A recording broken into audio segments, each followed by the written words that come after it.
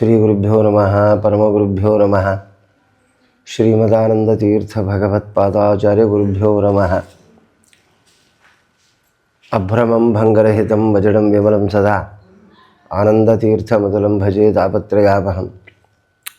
ದುರ್ವಾದಿಧ್ವಾಂತರವೇ ವೈಷ್ಣವೇಂದಿ ವೃಂದವೇ ಶ್ರೀ ರಾಘವೇಂದ್ರ ಗುರವೇ ನಮೋ ಅತ್ಯಂತ ದಯಾಲವೇ. ಆಸೇತೋರಾ ತುಷಾರಾದ್ರಹೇ ಯೋಜಿತೋ ಜಿತವಾನ್ ಮಹೋ ಸತ್ಯಧ್ಯಾನ ಗುರುಪಾತು ಯತೀಂದ್ರೈರಪಿ ಪೂಜಿತಃ. ಸ್ವಸ್ತ್ಯಸ್ಸತಾಂ ಅಶೇಷ ಸನ್ಮಂಗಲಾನಿ ಭವಂತು. ಇವತ್ತಿನ ಜ್ಞಾನ ಮಂದಿರದ ಯೂಟ್ಯೂಬ್ ದ್ವಾರ ಪ್ರಚಲಿತವಾಗ್ತಕ್ಕಂಥ ಮಕರ ಸಂಕ್ರಮಣ ಅಂತ. ಸಂಕ್ರಮಣ ಎರಡು, ಒಂದು ದಕ್ಷಿಣಾಯನ, ಒಂದು ಉತ್ತರಾಯಣ. ಈ ದಕ್ಷಿಣಾಯನ ಮತ್ತು ಉತ್ತರಾಯಣದಲ್ಲಿ ಸೂರ್ಯ ದಕ್ಷಿಣ ಪಥದಿಂದ ಉತ್ತರ ಪಥಕ್ಕೆ, ಉತ್ತರ ಪಥದಿಂದ ದಕ್ಷಿಣ ಪಥಕ್ಕೆ ಅಂದರೆ ಹಾದಿಗೆ ಬರ್ತಕ್ಕಂಥ ಒಳ್ಳೆಯ ಸುದಿನ. ಇದು ವಿಶೇಷವಾದ ಪರ್ವಕಾಲ.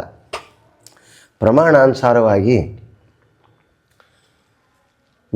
ಅಯನೇ ವಿಂಶತಿ ಪೂರ್ವೆ ಅಯನೇ ತ್ರಿಂಶತಿ ಪರೇ ಅಂತ ಪ್ರಮಾಣ. ದಕ್ಷಿಣಾಯನ ಬಂದು ದಕ್ಷಿಣಾಯನ ಮುಗಿಲಕ್ಕೆ ಉತ್ತರಾಯಣ ಪ್ರಾರಂಭವಾಗಬೇಕಾದರೆ ದಕ್ಷಿಣಾಯನ ಮುಗಿದ ನಂತರದಲ್ಲೇ ಉತ್ತರಾಯಣದಲ್ಲೇ ಪರ್ವಕಾಲ ಪ್ರಾರಂಭ. ಉತ್ತರಾಯಣ ಮುಗಿದು ಇನ್ನೇನು ದಕ್ಷಿಣಾಯನ ಪರ್ವಕಾಲ ಪ್ರಾರಂಭವಾಗ್ತದೆ ಅಂದಾಗ ಅದೇ ಉತ್ತರಾಯಣದಲ್ಲೇ ಮತ್ತೆ ಪರ್ವಕಾಲ. ಆದರೆ ದಕ್ಷಿಣಾಯನದಲ್ಲೇ ಪರ್ವಕಾಲ ಎಂಬುದು ಅದು ನಿಮಿತ್ತ ಮಾತ್ರವಾಗಿದ್ದರೂ ಕೂಡ ಪರ್ವಕಾಲಗಳ ಸಂಧಿ ಏನದಲ್ಲ, ದಕ್ಷಿಣಾಯನ ಮತ್ತು ಉತ್ತರಾಯಣದ ಅನುಷ್ಠಾನ, ಜಪ, ತಪ, ತರ್ಪಣ, ನದ್ಯಾದಿ ಸ್ನಾನಗಳು ವಿಶೇಷವಾದ ಫಲವನ್ನು ಉತ್ತರಾಯಣದಲ್ಲೇ ಹೊಂದತಕ್ಕಂಥವ್ರಾಗ್ತೀವಿ. ಈಗ ನಾವು ದಕ್ಷಿಣಾಯನದಲ್ಲಿ ಇದ್ದೀವಿ. ನಾಳೆ ಭೋಗಿ, ನಾಡಿದ್ದು ಸಂಕ್ರಮಣ.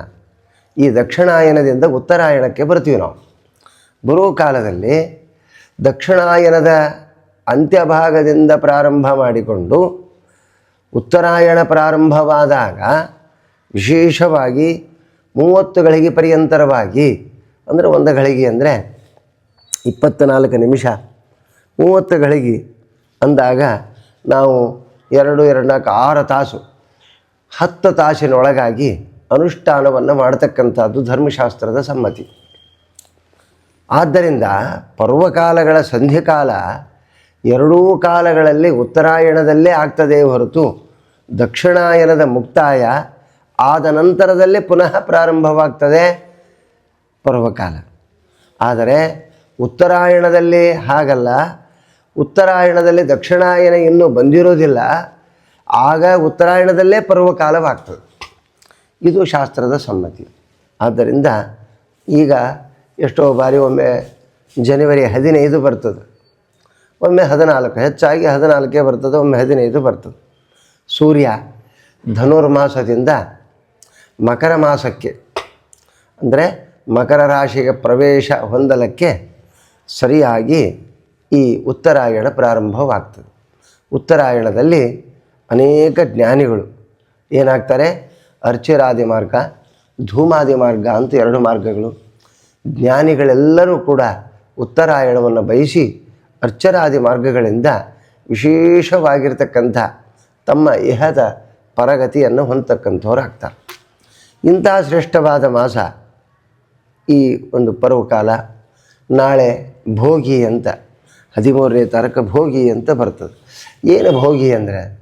ಭೋಗಿ ಅಂದರೆ ಭೋಗ್ಯ ವಸ್ತುಗಳನ್ನೆಲ್ಲವನ್ನು ದಾನ ಕೊಡುವುದು ಭೋಗಿ ಅಂತ. ಪ್ರತಿಯೊಂದು ಜೀವನಕ್ಕೆ ಬೇಕಾಗತಕ್ಕಂಥ ಪ್ರತಿಯೊಂದು ವಸ್ತುಗಳನ್ನು, ಕನ್ನಡಿಯಿಂದ ಹಿಡಿದು ಅಲಂಕಾರಿಕವಾದ ಸಾಮಾನುಗಳು, ವಿಶೇಷವಾದ ಭೋಜನಾದಿ ಸಾಮಾನುಗಳು, ಒಬ್ಬ ಬ್ರಾಹ್ಮಣ ಮುತ್ತೈದಿ ಒಂದು ದಿವಸ ಯಥೇಷ್ಟವಾಗಿ ಊಟ ಮಾಡುವಷ್ಟು ಸಾಮಾನುಗಳು ಈ ಭೋಗಿಯಲ್ಲಿ ಇರಬೇಕು. ಅಂದಾಗ ಮಾತ್ರ ಅದಕ್ಕೆ ಭೋಗಿ ಅಂತ ಕರೀತಾರೆ. ಯಾರು ಭೋಗಿಯಲ್ಲಿ ದಾನವನ್ನು ಕೊಡ್ತಾರೋ ಅವರಿಗೆ ನಿತ್ಯ ನಿರಂತರ ನೂತನವಾದ ಸಂಪತ್ತು, ಐಶ್ವರ್ಯ, ಧನಧಾನ್ಯಗಳೆಲ್ಲವೂ ಸಮೃದ್ಧಿ ಆಗ್ತದೆ. ಅದರಲ್ಲಿ ಸಂಕೋಚ ಮಾಡುವಂಗಿಲ್ಲ. ಪ್ರತಿಯೊಂದು ತಿನ್ನುವ ವಸ್ತುಗಳು, ಭೋಗಿಸುವ ವಸ್ತುಗಳು, ಇವುಗಳನ್ನು ಯಾರು ದಾನ ಕೊಡ್ತಾರೋ ಅವರು ಲೋಕದಲ್ಲಿ ಭೋಗಿಗಳಾಗಿ ಸುಖವಾಗಿರ್ತಾರೆ. ಆದ್ದರಿಂದ ಇದಕ್ಕೆ ಭೋಗಿ ಅಂತ ಕರೀತಾರೆ. ಭೋಗ್ಯ ವಸ್ತುಗಳು, ಎಲ್ಲ ಭೋಗ್ಯ ವಸ್ತುಗಳನ್ನೇ ದಾನ ಕೊಡೋದು. ಪ್ರತಿಯೊಂದು ಅಕ್ಕಿ, ಬೇಳೆ, ಬೆಲ್ಲ, ಪಲ್ಯಕಾಯಿ, ಕನ್ನಡಿ, ಬೆಣ್ಣೆ, ತುಪ್ಪ ಇವೆಲ್ಲ ತತ್ತ ದೇವತೆಗಳು, ಭಗವಂತನಿಗೆ ಅರ್ಪಿತವಾಗತಕ್ಕ ದೇವತೆಗಳು. ಉತ್ತರಾಯಣದಲ್ಲಿ ದೇವತೆಗಳು ಎಚ್ಚರವನ್ನು ಹೊಂದಿ, ಅಂದರೆ ದಕ್ಷಿಣಾಯನದಲ್ಲಿ ಮಲಗಿರ್ತಾರ ಅಂತಲ್ಲ, ಕಾರ್ಯೋನ್ಮುಖರಾಗಿ ಉತ್ತರಾಯಣದಲ್ಲಿ ಬರತಕ್ಕಂಥ ಅನೇಕ ಮಂಗಲ ಕಾರ್ಯಗಳು, ವಿವಾಹ ಮಹೋತ್ಸವಾದಿಗಳು, ವಿಶೇಷವಾಗಿರ್ತಕ್ಕಂಥ ಗ್ರಹ ಪ್ರಾರಂಭ ಮತ್ತು ಅನೇಕ ವಿಧವಾದ ನೈಮಿತ್ತಿಕವಾಗಿರ್ತಕ್ಕಂಥ ಕಾರ್ಯಕ್ರಮಗಳೆಲ್ಲರಿಗೂ ಈ ದೇವತೆಗಳು ಅನುಗ್ರಹಿಸಿ ಸಕಲ ಸಂಪತ್ತನ್ನು ಕೊಡ್ತಾರೆ. ಇದು ಭೋಗಿ. ನಾಡದ ಬರ್ತಕ್ಕಂಥದ್ದೇ ಸಂಕ್ರಮಣ. ಈ ಸಂಕ್ರಮಣ ಸೂರ್ಯ ಮಕರ ರಾಶಿಯಲ್ಲಿ ಪ್ರವೇಶ ಮಾಡ್ತಾನೆ. ಮಾಡಿದಾಗ ಒಳ್ಳೆಯ ಕಾಲ ಪ್ರಾರಂಭ. ಈಗ ಶಶಿ ಋತು ವಿಶೇಷವಾದ ಒಂದು ಋತುವಿನಲ್ಲಿ ಪ್ರಾರಂಭವಾಗ್ತದೆ. ಈ ಋತುವಿನಲ್ಲಿ ನಾವು ಅನೇಕ ವಿಧವಾಗಿರ್ತಕ್ಕಂಥ ದೇಹದ ತಡೆಯಲಾರದಷ್ಟು ಚಳಿ ಪ್ರಾರಂಭವಾಗ್ತದೆ. ಪ್ರಾರಂಭವಾಗಿ ಇದರಲ್ಲಿ ಧನುರ್ಮಾಸ ಅಂತ ಒಂದು ಮಾಸ. ಧನು ಯಾವಾಗ ಸೂರ್ಯ ಧನು ಮಾಸದಲ್ಲಿ ಪ್ರವೇಶ ಮಾಡ್ತಾನೋ ಬಿಲ್ಲಿನಂತೆ ಬಗ್ಗಿ ವಿಧೇಯನಾಗಿ ನಾವು ಧರ್ಮವನ್ನು ಅನುಷ್ಠಾನ ಮಾಡಬೇಕು ಅಂತ. ಆದರೂ ಬಹಳ ತ್ರಾಸಾಗ್ತದೆ. ಅಂತಿಂತಹ ತ್ರಾಸಲ್ಲ. ಪ್ರಾತಃ ಕಾಲಕ್ಕೆದ್ದು ಅಡಿಗೆಯನ್ನು ಮಾಡಿ ಭಗವಂತನಿಗೆ ಧನುರ್ನಾರಾಯಣನಿಗೆ ಅರ್ಪಣೆ ಮಾಡುವುದು ಅಷ್ಟು ಸುಲಭವಲ್ಲ. ವಿಶೇಷವಾದ ಫಲ ಉಂಟು. ಎಂಥ ಫಲ ಅಂದರೆ ನಿತ್ಯ ನೂತನವಾದ ಧನಸ್ಸನ್ನು, ಆ ಧನುವನ್ನು ಅಂದರೆ ನಾವು ಬಗ್ಗಿದರೆ ಭಗವಂತ ನಮ್ಮ ಧರ್ಮಕ್ಕೆ ಬಗ್ಗಿ ನಿಮಗೆ ಬೇಕಾಗುವುದೇನು ವಿಶೇಷವಾದ ಕಲಿಯುಗದಲ್ಲಿ ಧನ. ಆ ಧನವನ್ನು ಭಗವಂತ ಪ್ರದಾನ ಮಾಡ್ತಾನೆ. ಶ್ರೀಮಂತರಾಗಬೇಕಾದರೆ ನಾವು ಧನುರ್ಮಾಸದ ಅನುಷ್ಠಾನವನ್ನು ಮಾಡಿದರೆ ಸಾಕು. ನಾವೇನೂ ಮಾಡಬೇಕಾಗಿಲ್ಲ. ಪ್ರಾತಃ ಕಾಲದಲ್ಲೆದ್ದು ಧನುರ್ಮಾಸದ ಅನುಷ್ಠಾನ ಮಾಡಿದರೆ ಶ್ರೀಮಂತರಾಗಿ ಹೋಗ್ತೀವಿ. ನಿತ್ಯ ಧನಿಕತ್ವವನ್ನು ಕೊಡತಕ್ಕಂಥ ಮಾಸ ಧನುರ್ಮಾಸ. ಭಗವಂತನಿಗೆ ಸಮರ್ಪಣೆ ಮಾಡತಕ್ಕ ಹುಗ್ಗಿ, ಗೊಜ್ಜು, ಒಳ್ಳೆ ಉತ್ತಮವಾಗಿರ್ತಕ್ಕ ಹೆಸರುಬೇಳೆ, ಅಕ್ಕಿ, ಬೆಣ್ಣೆ, ತುಪ್ಪ ಇತ್ಯಾದಿ ಎಲ್ಲ ಪದಾರ್ಥಗಳನ್ನು ಭಗವಂತನಿಗೆ ಅರ್ಪಣೆ ಮಾಡಿದಾಗ ಭಗವಂತ ಅದಕ್ಕೆ ಅಭಿಮಾನಿಯಾದ ಮಹಾಲಕ್ಷ್ಮಿ, ಭಾರತಿ, ಸರಸ್ವತಿ ಇತ್ಯಾದಿಗಳಿಂದ ಸಕಲ ಸಂಪತ್ತನ್ನು, ಐಹಿಕ ಸಂಪತ್ತನ್ನು ಭಗವಂತ ಕೊಡಿಸ್ತಾನೆ. ಇದು ಕೊಡ್ತಕ್ಕಂಥದ್ದು. ಇನ್ನು ಸಂಕ್ರಮಣ. ಈ ಸಂಕ್ರಮಣ ಸೂರ್ಯದೇವ ಮಹಾನುಭಾವ ಭಗವದ್ ಆಜ್ಞಾನುಸಾರವಾಗಿ ಪ್ರಯಾಣ ಮಾಡ್ತಾನೆ ಉತ್ತರಾಯಣದಲ್ಲಿ. ಅಂದರೆ ಮುಂದೆ ನಿಮ್ಮ ಧರ್ಮ ಕಾರ್ಯಗಳು ಪ್ರಾರಂಭ. ಈಗ ಮಾಘ ಸ್ನಾನ ಅಂತ ಪ್ರಾರಂಭವಾಗ್ತದೆ. ನಾಳೆ ದಿವಸದಲ್ಲಿ ಮಾಘ ಸ್ನಾನ, ವಿಶೇಷವಾದ ಮಾಘ ಸ್ನಾನ. ಈ ಮಾಘ ಸ್ನಾನ ಎಂಥವರಿಗೆ, ಪ್ರತಿಯೊಬ್ಬ ಜೀವರಾಶಿಗಳಿಗೂ ಸಂಪತ್ತನ್ನು ಕೊಡುವುದಲ್ಲದೆ ಪುತ್ರದ ಮಕ್ಕಳನ್ನು ಕೊಡುತ್ತದೆ. ಒಳ್ಳೆ ಉತ್ತಮರಾಗಿರ್ತಕ್ಕಂಥ ಮಕ್ಕಳು ಬೇಕು ನಮಗೆ ಅಂದರೆ ಈ ಮಾಘ ಸ್ನಾನದಿಂದ ಪುತ್ರತ್ವ ಪ್ರಾಪ್ತಿ ಆಗ್ತದೆ. ಇಲ್ಲರಿ ನಮಗೆಲ್ಲ ಮಕ್ಕಳಾಗಿಬಿಟ್ಟವ ಮತ್ತೇನು ಮಕ್ಕಳು ಬೇಕಾಗಿಲ್ಲ ಅಂದರೆ ಇದ್ದ ಮಕ್ಕಳಿಗೆ ಆಯುಷ್ಯವನ್ನು ಕೊಡ್ತಕ್ಕಂಥದ್ದೇ ಈ ಮಾಘ ಸ್ನಾನದ ವಿಶೇಷ ಪುಣ್ಯ. ಈ ಮಾಘ ಸ್ನಾನದಲ್ಲಿ ಮಾಘೇ ಕಾಷ್ಟ ಪ್ರದಾಯಿನ. ನೋಡ್ರಿ, ಮಾಘ ಮಾಸದಲ್ಲಿ ಯಾರು ಕಟ್ಟಿಗೆಯನ್ನು ದಾನ ಕೊಡ್ತಾರೋ ಅವರಿಗೆ ಸಂಪತ್ತು ಎಷ್ಟಿದೆ ಅಂತ ಬ್ರಹ್ಮದೇವರು ಹೇಳ್ತಾನೆ ನಾರದನಿಗೆ. ನ ವರ್ಣತೆ ತತ್ರ ಕಾಷ್ಟದಾನಾದಿಕಂ ತಥಾ. ನಾನು ಏನೂ ಹೇಳಕ್ಕೆ ಶಕ್ಕಿಲ್ಲ, ಅಷ್ಟು ಉತ್ತಮವಾಗಿರ್ತಕ್ಕ ಫಲವು ಸಿಗ್ತದೆ ಅಂತ. ಆ ಕಟ್ಟಿಗೆಯನ್ನು ದಾನ ಕೊಡೋದು. ಏನ್ರಿ ನಾವು ಗ್ಯಾಸೇ ಕೊಟ್ಬಿಡ್ತೀವಿ, ಕಟ್ಟಿಗೆ ಹಾಕಬೇಕು, ಅವೆಲ್ಲ ನಡೆಯೋದಿಲ್ಲ. ನಮ್ಮ ಶಾಸ್ತ್ರ ಹೇಳ್ತದೆ ಕಟ್ಟಿಗೆಗೂ ಆ ಜೀವ ಒಂದು ಮರದಲ್ಲಿ ಇರ್ತದೆ. ಆ ಮರದಿಂದ ಅದು ಯಾವಾಗ ಜೀವ ಹೋಗ್ತದೋ ಅದು ಒಣ ಕಟ್ಟಿಗೆ ಆಗ್ತದೆ. ಆ ದೇಹಕ್ಕೆ ಸಂಸ್ಕಾರ ಆಗಬೇಕು ಆದರೆ ನಾವು ಕಟ್ಟಿಗೆಯನ್ನು ಕೊಡಬೇಕು. ಆ ಜೀವನಿಗೆ ಉದ್ಧಾರ. ಯಾವ ಕಟ್ಟಿಗೆಯನ್ನು ನಾವು ತೆಗೆದುಕೊಂಡು ಭಗವಂತನ ಸೇವಾರ್ಥವಾಗಿ ಯಜ್ಞ, ಯಾಗ, ಹೋಮ, ಅಡಿಗೆ, ಭಗವಂತನಿಗೆ ನೈವೇದ್ಯ ಮಾಡತಕ್ಕ ಪಾಕಾದಿಗಳನ್ನು ಆ ಕಟ್ಟಿಗೆಯನ್ನು ಉಪಯೋಗ ಮಾಡಿದರೆ ನಾವು ಆ ಜೀವಿಗೆ, ಅಂದರೆ ಕಟ್ಟಿಗೆಯನ್ನು ಆಶ್ರಯ ಮಾಡಿದ ಜೀವನಿಗೂ ಕೂಡ ಸದ್ಗತಿಯನ್ನು ಕೊಡ್ತಕ್ಕಂಥ ಉತ್ತಮವಾದ ಕಾಲ ಈ ಮಾಘ ಮಾಸ. ಅದಕ್ಕೆ ಮಾಘೇ ಕಾಷ್ಟ ಪ್ರದಾಯಿನ ಅಂತ ಈ ಮಾಘ ಮಾಸದಲ್ಲಿ ಕಾಷ್ಟದಾನ ಹೇಳಿದ್ದಾರೆ. ಅಂದಮೇಲೆ ಇಂಥ ವಿಲಕ್ಷಣವಾಗಿರ್ತಕ್ಕಂಥ ಈ ಮಾಸ ಧರ್ಮಗಳು ಇದಾದ ನಂತರದಲ್ಲಿ ಪ್ರಾರಂಭವಾಗ್ತದೆ ಮುಂದೆ ಫಾಲ್ಗುಣ ಮಾಸ ಅಂತ. ಈ ಫಾಲ್ಗುಣ ಮಾಸದಲ್ಲಿ ವಿಶೇಷವಾಗಿ ಬರ್ತದೆ ಶಶಿ ಋತು. ಇದು ಹೇಮಂತ ಋತು, ಥಂಡಿ. ಮುಂದೆ ಬರೋದು ಶಶಿ ಋತು. ಆ ಶಶಿ ಋತುವಿನಲ್ಲಿ ಎಲ್ಲ ವೃಕ್ಷಗಳಿಗೆ, ಮರಗಳಿಗೆ ಒಂದು ಮುಪ್ಪು ಬಂದಂಗಾಗಿ ಎಲ್ಲ ಎಲೆಗಳು ಉದುರ್ತಾ ಹೋಗ್ತದೆ. ಉದುರಿ ನಿತ್ಯ ನೂತನವಾದ ಈ ಎಲೆಗಳು ಪ್ರಾರಂಭವಾಗ್ತದೆ ವಸಂತ ಋತುವಿನಲ್ಲಿ. ಅದಕ್ಕೋಸ್ಕರ ಈ ಮಾಘ ಮಾಸದ ನಂತರದಲ್ಲಿ ಬರ್ತಕ್ಕಂಥ ಮಾಸವೇ ಫಾಲ್ಗುಣ ಮಾಸ. ಈ ಫಾಲ್ಗುಣ ಮಾಸದಲ್ಲಿ ವಿಶೇಷವಾಗಿ ದೇವತಾರಾಧನಾ, ನಮಗೆ ಮುಂದಿನ ವರ್ಷಗಳಲ್ಲಿ ಅಂದರೆ ಚೈತ್ರದಿಂದ ಆರಂಭಿಸಿ ಪುನಃ ಫಾಲ್ಗುಣ ತನಕ ಬರತಕ್ಕಂಥ ಅನೇಕ ವಿಘ್ನಗಳ ಪರಿಹಾರ ಮಾಡತಕ್ಕ ಶಿಶುಗಳಿಗೆ, ದನಗಳಿಗೆ ಬರ್ತಕ್ಕಂಥ ಅನೇಕ ವಿಘ್ನಗಳು ಉಂಟು.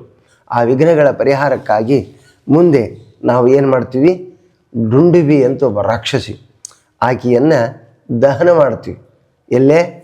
ಪೌರ್ಣಿಮಾ ದಿವಸ, ಹೋಲಿಕಾ ಪೌರ್ಣಿಮಾ ಅಂತ. ಆ ಡುಂಡುಬಿ ಅಂತ ಒಬ್ಬ ರಾಕ್ಷಸಿ, ಆ ರಾಕ್ಷಸಿಯನ್ನು ದಹನ ಮಾಡತಕ್ಕಂಥದ್ದು. ಅದನ್ನು ಮಾಡಿದಾಗ ಮುಂದೆ ಶಿಶುಗಳಿಗೆ ವಿಶೇಷವಾದ ಆರೋಗ್ಯ ಐಶ್ವರ್ಯ ಅಭಿವೃದ್ಧಿ ಆಗ್ತದೆ. ಇವೆಲ್ಲ ಧರ್ಮಗಳು ಸೂರ್ಯ ಸಾಕ್ಷಿಯಾಗಿ ಮಾಡಬೇಕು. ಸೂರ್ಯ ಎರಡೂ ಸಾಕ್ಷಿ ಅವನು. ಉದ್ಯನ್ನಸ್ತಂಚ ಯದ್ರವೌ ಆಯುರ್ ಹರತಿ ವೈಪುಂಸಾಂ ಉದ್ಯನ್ನಸ್ತಂಚ ಯದ್ರವೌ. ಒಂದು ದಿವಸ ಸೂರ್ಯ ಉದಯನಾಗಿ ಅಸ್ತನಾದ ಅಂದರೆ ಒಂದು ದಿವಸದ ಆಯುಷ್ಯ ನಮ್ಮದು ಮುಗೀತು ಅಂತ. ಆಯುಷ್ಯಂ ಕ್ಷೀಯತೆ ಯಸ್ಮಾತ್. ಭಗವಂತ ಸಾಕ್ಷಾತ್ ಜಗನ್ನಿಯಾಮಕನಾದ ಶ್ರೀಮನ್ನಾರಾಯಣ ರಾಮಾವತಾರದಲ್ಲಿ ಕೌಶಲ್ಯಾದೇವಿ ರಾಮನನ್ನು ಪ್ರಾರ್ಥನೆ ಮಾಡ್ತಾಳೆ. ಅಲ್ಲೋ ರಾಮ, ನಾನು 14 ವರ್ಷ ನಿನ್ನನ್ನು ಹೇಗೆ ಬಿಟ್ಟಿರಲಪ್ಪ ಅಂತ ದುಃಖಿತಳಾಗಿ ಕೇಳಿದಾಗ ಭಗವಂತ ಹೇಳ್ತಾನೆ, ಕ್ಷೀಯತೆ ಯಸ್ಮಾತ್ ಗತಾಗತವು. ನೋಡಮ್ಮ, ಈ ಸೂರ್ಯ ಒಂದು ಕ್ಷಣದಲ್ಲಿ ನಾನು ಕಣ್ಣು ತೆಗೆದು ಕಣ್ಣು ಮುಚ್ಚೋದ್ರೊಳಗಾಗಿ ಸಂಪೂರ್ಣ 14 ವರ್ಷವೂ ನಿನಗೆ ಗೊತ್ತಿಲ್ಲದಂತೆ ಸೂರ್ಯ ಆ ಕೆಲಸವನ್ನು ಮಾಡ್ತಾನೆ. ಹಗಲಾದದ್ದು ಗೊತ್ತಾಗೋದಿಲ್ಲ, ರಾತ್ರಿ ಆದದ್ದು ಗೊತ್ತಾಗೋದಿಲ್ಲ. ನನ್ನ ಕೇವಲ ಸ್ಮರಣೆಯಲ್ಲೇ ನೀನು ಕಾಲವನ್ನು ಕಳೆದಾಗ ಪುನಃ ನೀನು ಕಣ್ಣು ತೆಗೆದು ಕಣ್ಣು ಮುಚ್ಚೋದ್ರೊಳಗಾಗಿ ನಾನು ಬಂದು ಬಿಡ್ತೀನಿ ಅಂತ. ಅಂದರೆ ಅದರ ತಾತ್ಪರ್ಯ ಇಷ್ಟೇ. ಸಂಗ್ರಹ ರಾಮಾಯಣದಲ್ಲಿ ಇದನ್ನು ಬರಿತಾ ಇದ್ದಾರೆ ಮಹಾನುಭಾವರು. ಏನು ಅರ್ಥ ಅಂದರೆ, ಸೂರ್ಯ ಒಂದು ದಿವಸ ಮುಳುಗಿ ಒಂದು ದಿವಸ ಉದಯನಾದ ಅಂದರೆ, ಅಸ್ತಂಗತನಾಗಿ ಉದಯವನ್ನು ಹೊಂದಿದ ಅಂದರೆ ನಮ್ಮ ಒಂದು ದಿನದ ಆಯುಷ್ಯ ಹೋಗ್ತದೆ. ನಾವೆಲ್ಲ ಸೂರ್ಯ ಉದಯ ಆಯಿತು ಅಂದರೆ ಸಂತೋಷ ಪಡ್ತೀವಿ. ಏನು ಧರ್ಮಗಳನ್ನು ಮಾಡಬೇಕು ಅಂತ ಹೆಸರಿಲ್ಲ. ಮುಳುಗಿದಾಗ ಸಂತೋಷ ಪಡ್ತೀವಿ.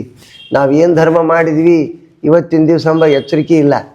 ಎರಡೂ ನಮಗೆ ಬಾಧೆಯನ್ನು ಕೊಡ್ತಕ್ಕಂಥದ್ದು. ಅದಕ್ಕೆ ಸೂರ್ಯ ಉದಯನಾದಾಗ ಜಾಗೃತನಾಗತಕ್ಕಂಥದ್ದು ಧರ್ಮ ಕಾರ್ಯದಲ್ಲಿ. ಅಸ್ತಂಗತನಾದಾಗ ಸೂರ್ಯ ನಾವು ಮಾಡಿದ ಮಹಾಪಾಪಗಳನ್ನು ಸರ್ವ ಸಮರ್ಪಣೆಯನ್ನು ಮಾಡಿ ಸೂರ್ಯಾಂತರ್ಗತನಾಗಿರ್ತಕ್ಕಂಥ ಶ್ರೀಮನ್ನಾರಾಯಣನಿಗೆ ಸಮರ್ಪಣೆ ಮಾಡ್ತಕ್ಕಂಥದ್ದೇ ಇದು ವಿಶೇಷ ವೈಶಿಷ್ಟ್ಯ. ಅಂದಮೇಲೆ ಸೂರ್ಯ ನಿತ್ಯದಲ್ಲಿ ಕೂಡ ನಮ್ಮ ಆಯುಷ್ಯವನ್ನು ಹರಣ ಮಾಡ್ತಾನೆ. ಸೂರ್ಯನಿಂದಲೇ ಆಯುಷ್ಯ ಹರಣ ಆಗ್ತದೆ. ನಮ್ಮ ಕಾಲಮಾನ ದಿನಗಳನ್ನು ನೋಡಿದರೆ ಆಶ್ಚರ್ಯವಾಗ್ತದೆ.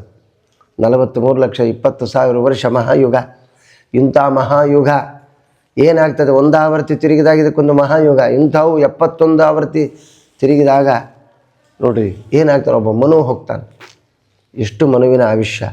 ಅಂಥ ಯಾವ 14 ಮಂದಿ ಮನುಗಳು ಹೋದರೆ ಬ್ರಹ್ಮದೇವರಿಗೆ ಒಂದು ದಿವಸ. ಏನು ಸಾಮಾನ್ಯವಾದ್ದಲ್ಲ. ಬ್ರಹ್ಮಣೋ ದಿನ ಉಚ್ಯತೆ ಅಂತ ವಿಲಕ್ಷಣವಾಗಿರ್ತಕ್ಕಂಥ ಸಹಸ್ರಾವರ್ತನೋಶ್ಚೈವ ಮನೋನಾ ನರಬ್ರವೀತ್ ಅಂದಮೇಲೆ ಅಂಥ ವಿಲಕ್ಷಣವಾಗಿರ್ತಕ್ಕಂಥ ಆಯುಷ್ಯ ಬ್ರಹ್ಮದೇವರದು. ನಮ್ಮ ಆಯುಷ್ಯ ಎಷ್ಟು ಕಡಿಮೆ. ಈ ಆಯುಷ್ಯ ನಿರ್ಣಯ ಮಾಡತಕ್ಕಂಥದ್ದೇ ಸೂರ್ಯ. ಅಂಥ ಸೂರ್ಯ ಉತ್ತರಾಯಣಕ್ಕೆ ಬಂದು ನಮಗೆ ಉತ್ತರವನ್ನು ಕೊಡ್ತಾ ಇದ್ದಾನೆ. ನಮ್ಮ ಜೀವನದ ಉತ್ತರವನ್ನು ಕೊಡ್ತಕ್ಕವನು ಅವನು. ಪ್ರತಿಯೊಂದು ಕ್ಷಣದಲ್ಲಿ ಕೂಡ ಮುಂದೆಪ್ಪ ಈ ಥಂಡಿಗಾಲದಲ್ಲಿ ನಿಮಗೇನೂ ಧರ್ಮ ಆಗಲ್ಲ ಅಂದರೆ ಮುಂದಿನ ಧರ್ಮಗಳಲ್ಲಿ ಆದರೂ ಮಾಡಿರಿ ಅಂತ. ಮುಂದೆ ಬರ್ತಕ್ಕಂತಹ ಮಾಸಗಳು ಅನೇಕ ಚೈತ್ರ ಮಾಸಗಳಲ್ಲಿ ವೈಶಾಖ, ಜ್ಯೇಷ್ಠ, ಆಷಾಢ, ಶ್ರಾವಣ ಎಲ್ಲವೂ ವೈವಿಧ್ಯಮಯವಾಗಿರ್ತಕ್ಕ ಭಗವಂತನ ಉಪಾಸನೆ ಅದು. ಒಬ್ಬೊಬ್ಬ ದೇವತೆಗಳನ್ನು ಕುರಿತು ನಾವು ಉಪಾಸನೆ ಮಾಡ್ತಾ ಹೋಗ್ತೀವಿ. ಏನು ಆಶ್ಚರ್ಯ. ಒಂದೊಂದು ಮಾಸದಲ್ಲಿ ಒಂದೊಂದು ರೀತಿಯಲ್ಲಿ ಉಪಾಸನ. ನೋಡ್ರಿ, ಇದು ನಮ್ಮ ಧರ್ಮದ ವೈಶಿಷ್ಟ್ಯ. ಇಂಥ ವೈವಿಧ್ಯಮಯವಾಗಿರ್ತಕ್ಕಂಥ ಸುಂದರವಾಗಿರ್ತಕ್ಕಂಥ ಕ್ಷಣ ಮಾತ್ರದಲ್ಲೇ ಅಲ್ಪ ಸ್ವಲ್ಪಶ್ಚ ಧರ್ಮಶ್ಚ ತ್ರಾಯತೆ ಮಹತೋ ಭಯಾತ್. ಸ್ವಲ್ಪೇ ಧರ್ಮವನ್ನು ಮಾಡಿದರೂ ಕೂಡ ಮಹತ್ತರವಾದ ಭಯವನ್ನು ನಿವೃತ್ತಿ ಮಾಡಿ ಅಭಯವನ್ನು ಕೊಡ್ತಕ್ಕಂಥ ಅನೇಕ ವ್ರತಗಳು ನಮ್ಮಲ್ಲವೇ. ಅಂತಹ ಈ ಸಂಕ್ರಮಣ ಅದ್ಭುತವಾದದ್ದು. ಇಂಥ ಸಂಕ್ರಮಣ ಕಾಲದಲ್ಲಿ ನಾವು ಅತ್ಯವಶ್ಯಕವಾಗಿ ತದಭಿಮಾನಿಯಾಗಿರ್ತಕ್ಕಂಥ ಎಳ್ಳು ಬೆಲ್ಲ ನೋಡಿರಿ, ಬೆಲ್ಲಕ್ಕೆ ಅಭಿಮಾನಿಯಾದ ದೇವತ, ಎಳ್ಳಿಗೆ ಅಭಿಮಾನವಾದ ದೇವತ. ಇದು ವಿಷಪ್ರದವಾದರೆ ಇದು ಸಿಹಿಪ್ರದ. ಇದು ಒಂದು ವಿಷ, ಒಂದು ಸಿಹಿ. ಅಂದರೆ ಜೀವನದಲ್ಲಿ ಎಷ್ಟೇ ಕಷ್ಟಗಳು ಬಂದರೂ ಕಷ್ಟ ಸಿಹಿ ಬಂದಾಗ ಸದಾ ಸಿಹಿಯಲ್ಲಿ ಇರೋದಲ್ಲ, ಕಹಿ ಬಂದಾಗ ಸದಾ ಕಹಿಯಲ್ಲಿ ಇರೋದಲ್ಲ, ಕಹಿ ಬಂದಾಗ ಸಿಹಿಯನ್ನು ಹುಡುಕೋದು. ಸಿಹಿ ಸಿಕ್ಕಾಗ ನಾವು ಪುನಃ ಮತ್ತೆ ಜೀವನದಲ್ಲಿ ಪ್ರಯತ್ನವನ್ನು ಮಾಡುವುದೇ ಕಹಿ, ಇನ್ನೂ ಪ್ರಯತ್ನವನ್ನು ಮಾಡತಕ್ಕಂಥದ್ದೇ ಕಹಿ. ಅಂದಮೇಲೆ ಅಂಥ ಸುಖ ದುಃಖ ಎರಡೂ ಕೂಡ ನಮ್ಮನ್ನು ಆಶ್ರಯಿಸಿ ನಮಗೆ ಅನಂತವಾದ ಫಲವನ್ನು ಭಗವಂತ ಕೊಡ್ತಾನೆ. ಇಂತಹ ಸಂಕ್ರಮಣ ಕಾಲ 2025 ಜನವರಿ 14ನೇ ತಾರೀಕು ಪ್ರಾರಂಭವಾಗ್ತಾ ಇದೆ. ದಕ್ಷಿಣಾಯನ ಮುಗಿದು ಸರಿಯಾಗಿ 2 ಗಂಟೆ 56 ನಿಮಿಷಕ್ಕೆ ದಕ್ಷಿಣಾಯನ ಮುಗೀತದೆ ಎಂದ ವಿಶೇಷವಾಗಿ ಮಂಗಳವಾರ ದಿವಸ, ಮಂಗಳವಾರ ಸರಿಯಾಗಿ 2 ಗಂಟೆ 54 ನಿಮಿಷಕ್ಕೆ ದಕ್ಷಿಣಾಯನದ ಕಾಲ ಮುಗಿದು ಸೂರ್ಯ ಎಲ್ಲಿಗೆ ಬರ್ತಾನೆ? ಉತ್ತರಾಯಣಕ್ಕೆ ಕಾಲನ್ನು ಇಡ್ತಾನೆ. ಆ ಉತ್ತರಾಯಣಕ್ಕೆ ಪ್ರಾರಂಭ ಮಾಡಿದಾಗ ಪರ್ವಕಾಲ ಪ್ರಾರಂಭವಾಗ್ತದೆ. ಅಲ್ಲಿಂದ ಪರ್ವಕಾಲ ಎಲ್ಲರೂ ಕೂಡ ನದಿ ತೀರಗಳಲ್ಲಿ, ಅನೇಕ ಬಾವಿಗಳಲ್ಲಿ, ಅವರವರ ಮನೆಯಲ್ಲಿ ಆ ಕಾಲದಲ್ಲಿ ಸ್ನಾನ ಮಾಡಿ ಅಲ್ಲಿ ಸಕಲ ದೇವತೆಗಳ ಸನ್ನಿಧಾನವಿರುತ್ತದೆ. ಸೂರ್ಯ ಒಂದೊಂದು ರಾಶಿಯಲ್ಲಿ ಪ್ರವೇಶ ಮಾಡುವ ಕಾಲದಲ್ಲಿ ಕೂಡ ನದಿಯಲ್ಲಿ, ಕ್ಷೇತ್ರಗಳಲ್ಲಿ, ಮನೆಯಲ್ಲಿ, ಧರ್ಮದಲ್ಲಿ ಒಂದೊಂದು ವೈಶಿಷ್ಟ್ಯತೆ ಇರ್ತದೆ. ನಾವು ಅದನ್ನು ತಿಳ್ಕೊಂಡಾಗ ವಿಶೇಷ ಫಲ ಆಗ್ತದೆ. ಇಲ್ಲ ಅಂದರೆ ಇಲ್ಲ. ಸುಮ್ಮನೆ ಸ್ನಾನ ಮಾಡೋದಲ್ಲ, ನದಿಗಳಲ್ಲಿ ಹೋಗಿ ಗಂಗಾದಿ ಸಕಲ ತೀರ್ಥಗಳು, ಸೂರ್ಯ ಒಂದೊಂದು ರಾಶಿಯಲ್ಲಿ ಬಂದಾಗ ನದಿಗಳಲ್ಲಿ ಎಲ್ಲ ತೀರ್ಥಗಳ ಸನ್ನಿಧಾನ ಇರ್ತದೆ. ಅಂಥ ವಿಶೇಷವಾದ ಪುಣ್ಯ ನೀವೆಲ್ಲಿಗೂ ಹೋಗಬೇಕಾಗಿಲ್ಲ. ನಮ್ಮ ಸಮಸ್ಯೆ ಕಿಂತಸ್ಯ ದಾನೈ ಕಿಂತಪೋಭಿ ಅಧ್ವರೈಹಿ ಯೋ ನಿತ್ಯಂ ಧ್ಯಾಯತೆ ವಿಷ್ಣುಂ ಅನನ್ಯದಿ ಅಂತ ಆಚಾರ್ಯ ಕೃಷ್ಣಾಮೃತ ಮೋಹನದಲ್ಲಿ ಹೇಳಿದಂತೆ, ಅಪ್ಪ ನೀವೆಲ್ಲಿಗೂ ಹೋಗಬೇಡ್ರಿ, ನಿತ್ಯದಲ್ಲಿ ಭಗವಂತನ ಧ್ಯಾನ ಮಾಡ್ತಾ ಅವನ ಅರ್ಚನ ಪೂಜನ, ಅವನಿಗೆ ವಿಶೇಷವಾದ ಸಮರ್ಪಣೆಯನ್ನು ನೀವು ಮಾಡ್ತಾ ಇದ್ದರೆ ಯಾವ ಕ್ಷೇತ್ರಗಳು ಬೇಕಾಗಿಲ್ಲ, ಏನೂ ಬೇಕಾಗಿಲ್ಲ. ಕಿಂತಸ್ಯ ದಾನೈ ಕಿಂತಪೋಭಿ ಅಧ್ವರೈಹಿ. ನೋಡಿರಿ ಎಂಥ ಮಾತನ್ನು ಆಚಾರ್ಯವರು ಹೇಳ್ತಾರೆ. ಅಂದಮೇಲೆ ಎಲ್ಲ ನಿಮ್ಮಲ್ಲೇ ಸನ್ನಿಧಾನ ಅದ, ದೇವತೆಗಳು ನಿಮ್ಮಲ್ಲೇ ಬರ್ತಾರೆ. ಆ ಪರ್ವಕಾಲ ಅದಕ್ಕೆ ತಿಳಿದು ಭಜಿಸುವುದೇ ಫಲವಿದು ಬಾಳುವುದಕ್ಕೆ ಅಂತ ಜ್ಞಾನಿಗಳು ಹೇಳಿದಂತೆ ನಾವು ಸರಿಯಾಗಿ ತಿಳ್ಕೊಂಡು ಅನುಷ್ಠಾನ ಮಾಡಿದರೆ ಅಲ್ಲೇ ಸಮಸ್ತ ತೀರ್ಥಗಳ ಸನ್ನಿಧಾನ ನಿಮ್ಮ ಮನೆಯಲ್ಲೇ, ನಿಮ್ಮ ಬಾವಿಯಲ್ಲೇ, ನಿಮ್ಮ ನದಿಯಲ್ಲಿ ಬರ್ತದೆ. ಶಕ್ತರಿದ್ದವರು ಹೋಗಿ ನದ್ಯಾದಿ ಸ್ನಾನಗಳನ್ನು ಮಾಡಿ ಪಿತೃಗಳಿಗೆ ತರ್ಪಣವನ್ನು ಕೊಡಬೇಕು. ಆ ಕಾಲದಲ್ಲಿ ಪಿತೃಗಳಿಗೆ ತರ್ಪಣವನ್ನು ಕೊಡೋದ್ರಿಂದ ಪಿತೃಗಳೆಲ್ಲರೂ ಕೂಡ ನಮ್ಮ ಕಡೆ ಮುಖ ಮಾಡಿ ಕೂತಿರ್ತಾರೆ. ಆ ತರ್ಪಣಾದಿಗಳಿಂದ ಅವರು ವಿಶೇಷವಾದ ಫಲ ಸಿಗ್ತದೆ. ತರ್ಪಣ ಅಂದರೆ ಸಂತೋಷಪಡಿಸೋದು ಅಂತ. ನಾನು ಯಾರ ಮಗ, ಯಾರಿಗೆ ಸಂಬಂಧ, ನನ್ನ ಮಾವ ಯಾರು, ನಮ್ಮ ತಾತ ಯಾರು, ನಮ್ಮ ಕಕ್ಕ ಯಾರು, ನಮ್ಮ ಸಂಬಂಧಿಗಳು ಯಾರು ಅಂತ ಅವರನ್ನು ಆ ಸನ್ನಿಧಾನದಲ್ಲಿ ನಾವು ನೆನೆಸಿಕೊಂಡಾಗ ಅವರೆಲ್ಲರಿಗೂ ಕೂಡ ಸಂತೋಷವಾಗ್ತದೆ. ಅವರು ಎಲ್ಲೇ ಇರಲಿ ನಾವು ಕೊಟ್ಟಿರ್ತಕ್ಕಂಥ ತರ್ಪಣಾದಿಗಳಿಂದ ಪ್ರೀತರಾಗಿ ಅಖಂಡವಾದ ಸಂತೋಷವನ್ನು ಪಡೆದು ಆಮೇಲೆ ನಮಗೆ ಸಂತೋಷವನ್ನು ಉಂಟು ಮಾಡ್ತಾರೆ. ನೋಡಿರಿ, ಕಾರ್ಯಕಾರ್ಯ ವ್ಯವಸ್ಥಿತವು ಅಂತ ವ್ಯರ್ಥವಾಗಿ ತೊಗೊಳೋರಲ್ಲ. ನಮ್ಮ ದೇವತೆಗಳಾಗಲಿ, ನಮ್ಮ ಪಿತೃಗಳಾಗಲಿ, ನಮ್ಮ ಗುರುಗಳಾಗಲಿ, ಜ್ಞಾನಿಗಳಾಗಲಿ ಯಾವುದನ್ನು ವ್ಯರ್ಥವಾಗಿ ಇನ್ನೊಬ್ಬರಿಂದ ಪಡೆಯೋದಿಲ್ಲ. ಸಿಕ್ಕಿದೆ ಬಾ ಅಂತ ತೊಗೊಳೋರಲ್ಲ. ಅದಕ್ಕೆ ಪ್ರತಿಫಲವಾಗಿ ಅನುಗ್ರಹ ಮಾಡುತ್ತಾರೆ, ಅನುಗ್ರಹ ಮಾಡ್ತಾ ಇರ್ತಾರೆ, ಅನುಗ್ರಹ ಮಾಡಲು ಶಕ್ತರಾಗಿದ್ದಾರೆ, ಅನುಗ್ರಹ ಉಳ್ಳವರಾಗಿದ್ದಾರೆ ಅಂತ ನಾವೆಲ್ಲ ಧರ್ಮಗಳನ್ನು ಮಾಡ್ತೀವಿ. ಅವ್ರು ಏನೂ ಕೊಡಲಿಲ್ಲ ಅಂದ್ರೆ ನಾವ್ಯಾಕೆ ಶ್ರಾದ್ದ ಮಾಡಬೇಕು, ಹಬ್ಬ ಹರಿದಿನಗಳನ್ನು ಮಾಡಬೇಕು, ನದಿ ಸ್ನಾನ, ಪರ್ವಕಾಲ, ಸಂಕ್ರಮಣ ಇವೆಲ್ಲ ಯಾಕೆ ಮಾಡೋದು ಅಂದರೆ ನಮ್ಮ ಶ್ರೇಯೋಭಿವೃದ್ಧಿಗಾಗಿ, ನಮ್ಮ ಶ್ರೇಯಸ್ಸನ್ನು ಅವರು ಬಯಸಿ ಕೂತಿದ್ದಾರೆ. ನಾವು ಪ್ರಾರ್ಥನೆ ಮಾಡದೇ ಹೋದರೆ ಕೊಡೋದೇ ಇಲ್ಲ ಅವರು. ವಿಶೇಷವಾಗಿ ನಿಮ್ಮಲ್ಲೆಲ್ಲ ದುಡ್ಡಿದೆ, ಬ್ಯಾಂಕುಗಳೆಲ್ಲ ಅವ, ಪೋಸ್ಟ್ಗಳೆಲ್ಲ ಅವ. ಇಲ್ಲರಿ ನಮ್ಮ ಮನೆಯಾಗ ಇರಲಿ ಅಂದರೆ ನಿಂದಿದ್ದಲ್ಲೇ ಮಲ್ತು ಹೋಗ್ತದೆ ದುಡ್ಡು ಅಷ್ಟೇ, ನಿಂದು ದುಡ್ಡು ಬೆಳೆಯೋದಿಲ್ಲ. ಅದೇ ಒಂದು ಸಂಸ್ಥೆಗೆ ನೀವು ಒಳಪಡಿಸಿದರೆ ಅವರೇನು ಮಾಡ್ತಾರೆ, ನಿಮ್ಮ ದುಡ್ಡನ್ನು ಕಾದು ನಿಮ್ಮ ದುಡ್ಡಿನ ಸಂಗಡ ಯಾವ ರೀತಿಯಾಗಿ ಬಡ್ಡಿಯನ್ನು ಕೊಡ್ತಾರೋ, ಇಂಟ್ರೆಸ್ಟ್ ಕೊಡ್ತಾರೋ, ಅದರಂತೆ ನಮ್ಮ ದೇವತೆಗಳು ನಿಮ್ಮಲ್ಲಿರ್ತಕ್ಕಂಥ ಸಂಪತ್ತು ಅಂದರೆ ದೈವಿ ಸಂಪತ್ತು, ಆಚರಣೆಯ ಸಂಪತ್ತು, ಸಮರ್ಪಣಾ ಸಂಪತ್ತನ್ನು ದೇವತೆಗಳಿಗೆ ಕೊಟ್ಟರೆ ನಮ್ಮದು ಇಟ್ಟುಕೊಂಡು ತಾವು ಅನುಗ್ರಹವನ್ನು ಮಾಡ್ತಾರೆ, ಮಾಡಿ ಸಕಲ ಸಂಪತ್ತನ್ನು ಕೊಡ್ತಾರೆ. ಅದಕ್ಕೆ ಅಂಥ ದಿವ್ಯವಾದ ಸಂಕ್ರಮಣ ಅಂದರೆ, ಕ್ರಮಣ ಅಂದರೆ ಸರಿಯೋದು, ಕ್ರಮಣ ಅಂದರೆ ನಡೆಯೋದು. ಅವನು ದಕ್ಷಿಣಾಯನದ ಎಲ್ಲ ಪುಣ್ಯವನ್ನು ಉತ್ತರಾಯಣದಲ್ಲಿ ನಿಮಗೆ ಹಂಚುತ್ತಾನೆ. ಯಾರು? ಸೂರ್ಯ. ದಿನಕ್ಕೆ ದಿನ ಉದಯ ಆಗ್ತಾನೆ ನೋಡ್ರಿ. ಇನ್ನು ಮೇಲೆ ದಿನಮಾನಗಳೇ ಹೆಚ್ಚಾಗ್ತದೆ. ನಾಡದಿಂದ ನಮಗೆ ಇಷ್ಟು ದಿವಸ ಎಲ್ಲ 5:30 ಪುಣೆ 6 ಅಂದರೆ ಕತ್ಲಾಗಿ ಹೋಗ್ತಿತ್ತು. ಇನ್ನು ಬರ್ತಾ ಬರ್ತಾ ಬರ್ತಾ ಬರ್ತಾ ಹಗಲು ಹೆಚ್ಚಾಗ್ತದೆ, ರಾತ್ರಿ ಕಡಿಮೆ ಆಗ್ತದೆ, ಬಿಸಿಲಿನ ಪ್ರಖರತೆ ಹೆಚ್ಚಾಗ್ತದೆ. ಯಾಕಂದರೆ ಬಿಸಿಲಿನ ಪ್ರಖರತೆ ಹೆಚ್ಚಾದಾಗ ನಾವು ಆರೋಗ್ಯವಂತರಾಗಿರ್ತೀವಿ. ಅಲ್ಲಿವರೆಗೂ ದಕ್ಷಿಣಾಯನದಲ್ಲಿ ಹಾಗಲ್ಲ, ಅನೇಕ ವರ್ಷ ಋತು, ಆಮೇಲೆ ನೋಡಿರಿ ಶಶಿ ಋತು, ಹೇಮಂತ ಋತು ಇತ್ಯಾದಿ ಎಲ್ಲ ಋತುಗಳು ಆ ಕಾಲದಲ್ಲಿ ನಮ್ಮನ್ನು ಸೂರ್ಯನನ್ನು ಮುಚ್ತಾವೆ. ಆ ಕಾಲದ ವೈಪರೀತ್ಯದಿಂದ ನಾವೆಲ್ಲ ದುಃಖ ಪಡ್ತೀವಿ. ಆದರೆ ದುಃಖ ಪಡೋದು ಬೇಕಾಗಿಲ್ಲ. ನಾವು ಅವನನ್ನು ಸ್ಮರಣೆ ಮಾಡ್ತಾ ಹೋದರೆ ನಮ್ಮಲ್ಲಿ ವಿಶೇಷವಾದ ಒಂದು ಸಾಮರ್ಥ್ಯ ಸಿಗ್ತದೆ. ಸಿಕ್ಕು ಅವನ ಅನುಷ್ಠಾನವನ್ನು ನಾವು ಮಾಡಬೇಕು. ಭಗವಂತ ಕಷ್ಟ ಕೊಡ್ತಾನೆ. ಕಷ್ಟದಲ್ಲಿ ನನ್ನ ನೆನಿತಾರೋ ಏನೋ, ನನ್ನ ಸ್ಮರಣೆ ಮಾಡ್ತಾರೇನೋ, ನನ್ನ ನೆನೆಸಿ ನನ್ನಿಂದ ಫಲವನ್ನು ಪಡಿತಾರೇನೋ ಅಂತ ಕಷ್ಟ ಕೊಡ್ತಾನೆ. ವಿಪದ ಸಂತೋನ ಶಶ್ವತ್ ತತ್ರ ತತ್ರ ಜಗತ್ಪತಿ ಅಂತಾಳ ಕುಂತಿ. ಸ್ವಾಮಿ ಸಕಲ ವಿಪತ್ತನ್ನು ಸದಾ ಕೊಡ್ತಾ ಇರಪ್ಪ. ಆ ವಿಪತ್ತಿನಲ್ಲಿ ಆದರೂ ಸ್ವಾಮಿ ನೀ ಕೊಟ್ಟಿದ್ದು ಅಂತ ಸ್ಮರಣೆಗೆ ಬಂದರೆ ವಿಪತ್ತು ತೂಲಾದೇವದ ಹೇತಿ. ಈಗ ಹತ್ತಿಯ ರಾಶಿಯಲ್ಲಿ ಬೆಂಕಿ ಬಿದ್ದಂತೆ ನಾಶ ಆಗಿ ಹೋಗ್ತದೆ. ಅದಕ್ಕೋಸ್ಕರ ನೋಡು, ನಿನ್ನ ಸ್ಮರಣೆ ಭಾಳ ದೊಡ್ಡದಪ್ಪ. ನಿನ್ನ ಸ್ಮರಣೆ ಭಾಳ ಸಂಪತ್ತು ಬಂದಾಗ, ಅಧಿಕಾರ ಬಂದಾಗ, ಯೌವನದಲ್ಲಿ ರೂಪದಲ್ಲಿ ನಿನ್ನ ಸ್ಮರಣೆ ಬರೋದಿಲ್ಲ. ನಾವು ಸ್ವಲ್ಪ ಅಸಮರ್ಥರಾದಾಗ, ಕ್ಷೀಣರಾದಾಗ ಪ್ರತಿಯೊಂದು ನಿನ್ನ ಸ್ಮರಣೆಗೆ ಬರ್ತದೆ. ಆಗೂ ಬರಲಿಲ್ಲ ಅಂದರೆ ಅವನು ಮೂರ್ಖ ಅಂತ ಕರೀತಾರೆ. ಪ್ರತಿಯೊಂದು ಕೂಡ ಭಗವಂತ ಅವನ ಸ್ಮರಣೆಗಾಗಿ ಇಷ್ಟೆಲ್ಲ ಇಟ್ಟಾನ. ಧನುರ್ಮಾಸ, ಮುಂದೆ ಬರತಕ್ಕ ಮಕರ ಮಾಸ, ಎಲ್ಲ ಮಾಸಗಳು ಅವನ ಸ್ಮರಣೆಗಾಗಿ. ಅವನನ್ನು ಯಾವ ರೀತಿಯಿಂದ ಸ್ಮರಣೆ ಮಾಡಬೇಕು, ಕರ್ಮದಿಂದ ಅವನನ್ನು ಉಪಾಸನೆ ಮಾಡೋದು. ಒಮ್ಮೆಲೆ ಜ್ಞಾನ ಯಾರಿಗೂ ಸಂಪಾದನೆ ಆಗ್ಲಿಕ್ಕೆ ಶಕ್ಕಿಲ್ಲ. ಕರ್ಮಣ ಜ್ಞಾನ ಮಾತನೋತಿ. ಕರ್ಮ ಮಾಡ್ತಾ ಮಾಡ್ತಾ ಮಾಡ್ತಾ ಜ್ಞಾನವನ್ನು ಸಂಪಾದನೆ ಮಾಡಬೇಕೇ ಹೊರತು ಒಮ್ಮೆಲೆ ಜ್ಞಾನ ಆಗಲ್ರಿ ಅಂದರೆ ಆಗೋದಿಲ್ಲ. ನೋಡಿರಿ, ಸಂಧ್ಯಾ ವಂದನೆ ಮಾಡ್ತೀವಿ, ದೇವರ ಪೂಜೆ ಮಾಡ್ತೀವಿ, ದೇವಸ್ಥಾನಗಳಿಗೆ ಹೋಗಿ ನಮಸ್ಕಾರ ಮಾಡ್ತೀವಿ, ಇದು ಒಂದು ಕರ್ಮ.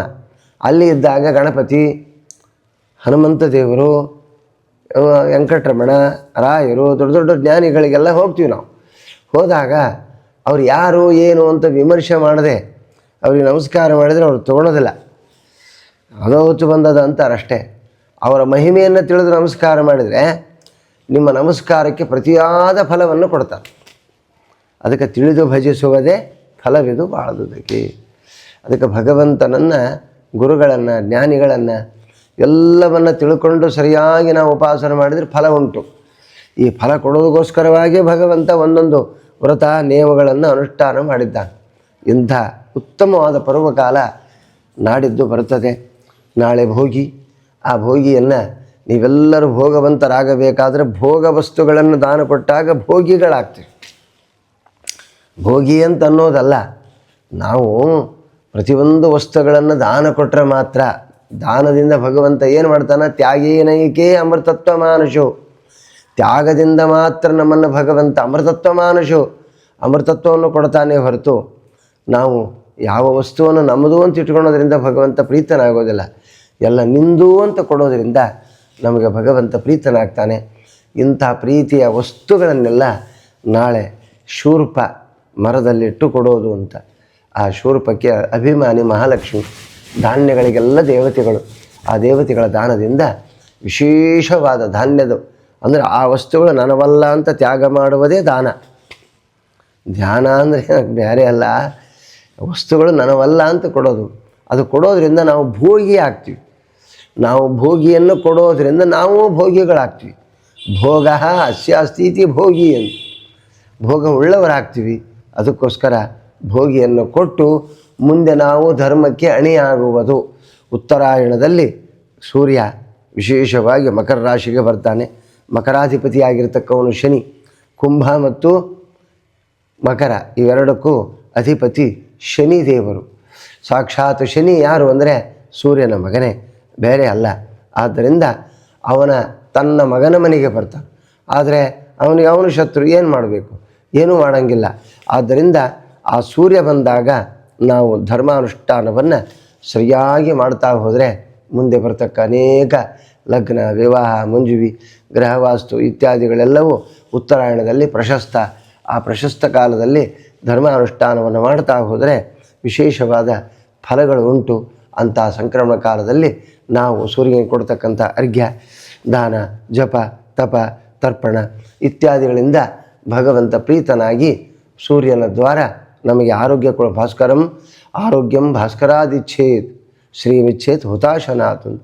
ನೋಡಿರಿ, ಮೋಕ್ಷಮಿಸ್ತ ಜನಾರ್ದನ. ನೋಡಿರಿ, ಒಬ್ಬೊಬ್ಬರಿಗೆ ಒಂದೊಂದು ಹೇಳ್ಯಾರ. ನಮ್ಮ ಸೂರ್ಯೋಪಾಸನೆ ಮಾಡೋದ್ರಿಂದ ಎಂಥ ಪುಣ್ಯ ಬರ್ತದೆ, ಆರೋಗ್ಯ ಬರ್ತದೆ. ನೋಡಿರಿ, ದಶವೈದ್ಯ ಸಮೋವನ್ಹಿ ಅಂತ ಒಂದು ಹೋಮ ಮಾಡಿದರೆ ಮನೆಯಲ್ಲಿ 10 ಮಂದಿ ಮಹಾನ್ ಸ್ಪೆಷಲಿಸ್ಟ್, ಆಮೂಲಾಗ್ರ ತಲೆ ಮೇಲಿನ ಕೂದಲಿಂದ ಹಿಡಿದು ಅಂಗಾಲಿನ ಮಣ್ಣಿನವರೆಗೂ ಸ್ಪೆಷಲಿಸ್ಟ್ ಅಂತ ಏನಿರ್ತಾರೆ ಡಾಕ್ಟ್ರು, ಅಂಥವರು 10 ಮಂದಿ ಕೆಲಸ ಒಂದು ವನ್ಹಿ ಕೆಲಸ ಮಾಡ್ತಂದ್ರೆ ಹೋಮ ಹವನಗಳು ಕೆಲಸ ಮಾಡ್ತಾವೆ. 10 ಮಂದಿ ವೈದ್ಯರಿಗೆ ಸಮಾನವಾದ ಒಂದು ಅಗ್ನಿ. ದಶವನ್ಹಿ ಸಮೋ ವೈದ್ಯ. ನೋಡಿರಿ ಏನು ಮಾಡ್ತೀರಿ, ದಶವನ್ಹಿ. ನೋಡಿರಿ ಎಂಥ ವಿಚಿತ್ರವಾದ್ದು. ಒಂದು ವನ್ಹಿ, ಒಂದು ಅಗ್ನಿ 10 ಮಂದಿಯನ್ನು ಮಾಡ್ತದೆ. ಅದೇ ದಶವನ್ಹಿ ಸಮೋಭಾನು, 10 ಹೋಮಗಳಿಗೆ ಸಮಾನವಾದವನು ಒಬ್ಬ ಸೂರ್ಯ ಅಂತ. ಸೂರ್ಯನ ಬೆಳಕ ಬಿತ್ತು ಅಂದರೆ ಈ ಉತ್ತರಾಯಣದಲ್ಲಿ ಎಂಥ ಆರೋಗ್ಯ, ಎಂಥ ಐಶ್ವರ್ಯ, ಎಲ್ಲ ರೋಗಗಳ ನಿವೃತ್ತಿ ಆಗ್ತಾವೆ. ಆದ್ದರಿಂದ ರೋಗಗಳು ಎಂದಿಗೂ ನಮಗೆ ಬರಲಿಕ್ಕೆ ಶಕ್ಯ ಇಲ್ಲ. ಪಾಪದಿಂದಲೇ ರೋಗಗಳು ಬರ್ತಾವೆ ಹೊರತು ನಾವು ಮಾಡಿದ ಪಾಪದಿಂದ ರೋಗಗಳು ಬರ್ತಾವೆ. ಯಾರಿಗೂ ರೋಗಕ್ಕೆ ನೀವು ಹೆದರಬೇಕಾಗಿಲ್ಲ. ಯಾರು ಯಾವ ರೋಗ ಈ ರೋಗ ಬರ್ತದಂತ ನೀವು ಹೆದರಬೇಡ್ರಿ. ಯಾವ ರೋಗಗಳು ಬರೋದಿಲ್ಲ. ನಿಮ್ಮಲ್ಲಿ ಪುಣ್ಯ ಇದ್ದರೆ, ನಮ್ಮ ಋಷಿ ಮುನಿಗಳು ಜ್ಞಾನಿಗಳು ಇಂಥವ್ರಿಗೆ ಯಾವುದಾದ್ರೂ ರೋಗ ಇತ್ತಾ? ಯಾವುದಾದ್ರೂ ರೋಗದಿಂದ ಅವರು ಹೋಗ್ಯಾರ? ಇನ್ನೂ ಇದ್ದಾರೆ ಋಷಿ ಮುನಿಗಳೆಲ್ಲ. ಮಹಾಜ್ಞಾನಿಗಳಾದಂಥ ಕಶ್ಯಪ, ಅದಿತಿ, ಎಂತೆಂಥ ಋಷಿಗಳು, ಯಾಜ್ಞವಲ್ಕ್ಯಾದಿ ಮಹಾಪ್ರವೃತ್ತಿಗಳು, ವೈಶಂಪಾಯನರು, ಇವರೆಲ್ಲ ಇನ್ನೂ ಇದ್ದ. ಅವರಿಗೆ ರೋಗನೇ ಇಲ್ಲ. ಯಾಕೆ ಅಂದರೆ ಸೂರ್ಯೋಪಾಸನೆ. ಆದ್ದರಿಂದ ಧರ್ಮಾನುಷ್ಠಾನ, ಆ ಧರ್ಮಾನುಷ್ಠಾನದಿಂದ ರೋಗ ನಿವೃತ್ತಿಯನ್ನು ಹೊಂದಿರತಕ್ಕ ಮಹಾನುಭಾವರು. ಆದ್ದರಿಂದ ನಾವು ಕೂಡ ಕಾಲಗಳಲ್ಲಿ ಧರ್ಮಾನುಷ್ಠಾನವನ್ನು ಮಾಡಿ ಯಾವ ರೋಗವೂ ನಮ್ಮನ್ನು ಬರೋದಿಲ್ಲ. ರೋಗಿಷ್ಟ ನಮ್ಮ ಹತ್ರ ಬಂದರೂ ಕೂಡ ನಿಮಗೆ ಅನುಗ್ರಹ ಮಾಡತಕ್ಕ ಶಕ್ತಿಯನ್ನು ಆ ದೇವತೆಗಳು ಕೊಡ್ತಾರೆ. ಆ ಧರ್ಮ ಕೊಡ್ತದೆ, ಆ ಪುಣ್ಯ ಕೊಡ್ತದೆ. ಅಂದಾಗ ಅದರಿಂದ ನಾವು ಉನ್ನತವಾದಂಥ ವಿಚಾರವನ್ನು ಮಾಡಬೇಕೇ ಹೊರತು ರೋಗಕ್ಕೆ ಭಯಪಡಬೇಕಾಗಿಲ್ಲ. ನಾವು ಭಯಪಡಬೇಕಾದ್ದು ಪಾಪಕ್ಕೆ. ನಾವು ಮಾಡುವ ಪಾಪ ನೋಡಿರಿ, ಪರಪೀಡಾಯ ಪಾಪಾಯ. ಪಾಪ ಅಂದರೆ ಏನ್ರಿ ಅಂದರೆ ಪರರಿಗೆ ಪೀಡೆಯನ್ನು ಕೊಡುವುದೇ ಪಾಪ. ನೋಡಿರಿ, ಪಾಪ ಅಂದರೆ ಬೇರೆ ಅಲ್ಲ. ಇನ್ನೊಬ್ಬರಿಗೆ ನಾವು ಪೀಡೆಯನ್ನು ಕೊಡ್ತೀವಲ್ಲ, ಅದಂಥ ದೊಡ್ಡ ಪಾಪ ಜಗತ್ತಿನಲ್ಲಿ. ಆ ಪೀಡೆಯಿಂದನೇ ಆ ಪಾಪನೇ ಘಟಿಸಿ ನಮಗೆ ರೋಗಾದಿಗಳು, ನಷ್ಟ ಭೃತಿ, ನಷ್ಟ ಸ್ಮೃತಿ, ನಷ್ಟ ಐಶ್ವರ್ಯ, ನಷ್ಟ ರಾಜ್ಯ ಎಲ್ಲ ನಷ್ಟರಾಗಿ ಹೋಗ್ತೀವಿ. ಅಂದಮೇಲೆ ಅಂತಹದ್ದು ಮಾಡೋದು ಬೇಡ. ಆದ್ದರಿಂದ ಮುಂದೆ ಬರತಕ್ಕ ಉತ್ತರಾಯಣದಲ್ಲಿ ನಾವು ವಿಶೇಷವಾಗಿ ದಾನ, ಸ್ನಾನ, ಜಪ, ತಪ, ಅನುಷ್ಠಾನ, ಧರ್ಮ ಕಾರ್ಯಗಳಲ್ಲಿ ಪ್ರವೃತ್ತರಾಗಿ ಇಷ್ಟು ದಿವಸ ಥಂಡಿತ್ರಿ, ಚಳಿ ಹೇಳೋದಾಗಲಿಲ್ಲ ಅಂತಂದರೆ ಮುಂದೆ ಬರ್ತಕ್ಕಂಥ ಮಾಸಗಳಲ್ಲಿ ಆದರೂ ಕೂಡ ಧರ್ಮಾನುಷ್ಠಾನವನ್ನು ಮಾಡಿ ವಿಶೇಷವಾದ ಸಂಕ್ರಮಣ ಅಂದರೆ ಕ್ರಮಣ ಅಂದರೆ ನಮ್ಮನ್ನು ಒಯ್ತಕ್ಕಂಥದ್ದು. ಸಂಕ್ರಮಣ, ಸಮ್ಯಕ ಕ್ರಮಣ, ನಮ್ಮನ್ನು ಸರಿಯಾಗಿ ಧರ್ಮ ಮಾರ್ಗದಲ್ಲಿ ಒಯ್ತಕ್ಕವನ ಕೆಲಸ ಸೂರ್ಯನ. ಆ ಸೂರ್ಯನ ಉಪಾಸನೆ ಮಾಡ್ತಾ ಹೋದರೆ ನಮ್ಮ ಧರ್ಮ ಕಾರ್ಯಗಳು ಯಥೋಚಿತವಾಗಿ ವಿಶೇಷವಾಗಿ ನಮ್ಮ ಅನುಗ್ರಹಕ್ಕೆ ಪಾತ್ರನಾಗ್ತಾನೆ. ಭಗವಂತ ನಮ್ಮ ಮೇಲೆ ಅನುಗ್ರಹವನ್ನು ಮಾಡಿ ನಮ್ಮನ್ನೆಲ್ಲರನ್ನೂ ಉದ್ಧಾರ ಮಾಡ್ತಾನೆ. ಉದ್ಧಾರ ಮಾಡಿ ನೀವು ಮಾಡತಕ್ಕ ಧರ್ಮದಿಂದ, ಅವನೇ ಧರ್ಮ ಅಂದರೆ ಅವನೇ, ಧಾರಯತೀತಿ ಧರ್ಮ, ಧ್ರಿಯತೀತಿ ಧರ್ಮ, ಅವನೇ ಧರ್ಮ. ಅವನೋ ಧರ್ಮೋ ಧರ್ಮ ವಿದುತ್ತಮ. ಅವನನ್ನು ಯಾರು ತಿಳಿತಾರೋ, ಧಾರಣ ಮಾಡತಕ್ಕವನು ಅಂತ ಯಾರು ತಿಳಿತಾರೋ ಅವನೇ ಮಹಾಧರ್ಮಿಷ್ಠ. ಅಂಥ ಧರ್ಮಿಷ್ಠನ ಭಗವಂತ ಸೂರ್ಯಾಂತರ್ಗತನಾಗಿ ಪ್ರತಿಯೊಂದು ಲೋಕಕ್ಕೆ ಬೆಳಕು ಕೊಡ್ತಾ ಅದ್ಭುತವಾದ ಜಗತ್ತಿನ ವ್ಯಾಪಿಸಿ ಹಗಲು ರಾತ್ರಿಗಳನ್ನು ಮಾಡಿ ನಮಗೆ ಎಚ್ಚರಿಕೆಯನ್ನು ಕೊಡ್ತಾನೆ. ರಾತ್ರಿ ಮಲಗಿದಾಗ ಸೂರ್ಯ ಎಚ್ಚರಿಕೆಯನ್ನು ಕೊಟ್ಟು ನಮಗೆ ವಿಶೇಷವಾದ ಫಲವನ್ನು ಕೊಡ್ತಕ್ಕಂಥ ಸಂಕ್ರಮಣ ಬಂದಿದೆ. ನೀವೆಲ್ಲರೂ ಅನುಷ್ಠಾನವನ್ನು ಮಾಡಿರಿ ಅಂತ ಹೇಳ್ತಾ ಜ್ಞಾನಮಂದಿರದ ಯೂಟ್ಯೂಬ್ ದ್ವಾರ ಈ ಸಂಕ್ರಮಣದ ವಿಶೇಷ ಸಂಚಿಕೆಯನ್ನು ನಿಮ್ಮ ಮುಂದಿಟ್ಟಿದ್ದೀವಿ. ಇದನ್ನು ಶ್ರವಣ ಮಾಡಿ ಸೂರ್ಯಾಂತರ್ಗತನಾದ ಭಗವಂತನಲ್ಲಿ ವಿಶೇಷವಾದ ಅನುಗ್ರಹವನ್ನು ಪಡೀರಿ ಎಂಬಲ್ಲಿ ಕೃಷ್ಣಾರ್ಪಣಮಸ್ತು.